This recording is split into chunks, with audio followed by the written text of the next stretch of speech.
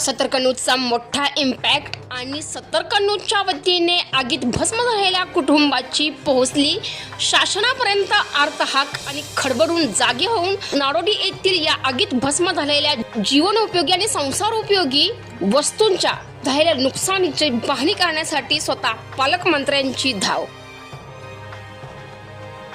नमस्कार, मी संतोषी जगदाळे आणि आपण पाहत आहात सतर्क न्यूज।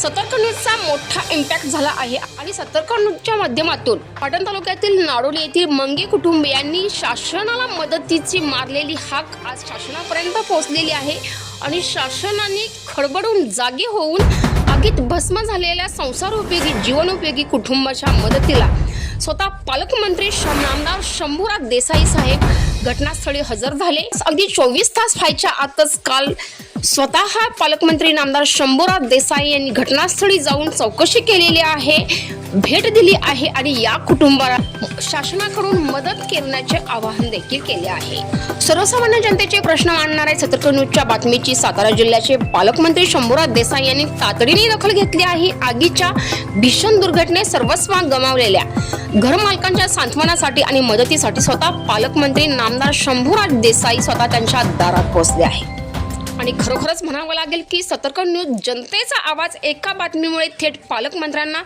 दखल घ्यावी लागली आहे आणि यावरून सतर्क न्यूजच्या कामाची व्याप्ती आणि सतर्कता विश्वासार्हता खरोखरच आज हृदिगंत होतीये, यामध्ये काहीच विषय नाही आणि कोणतीही शंका नाही। आणि या संपूर्ण महत्त्वपूर्ण अपडेटसाठी मुख्य संपादक विराट कदमसह संतोषी जगदाळे, सतर्क न्यूज पाहत राहा। सतर्क न्यूज प्रत्येक पाऊल दक्षतेच। सतर्क न्यूज, नाडोली, पाटण।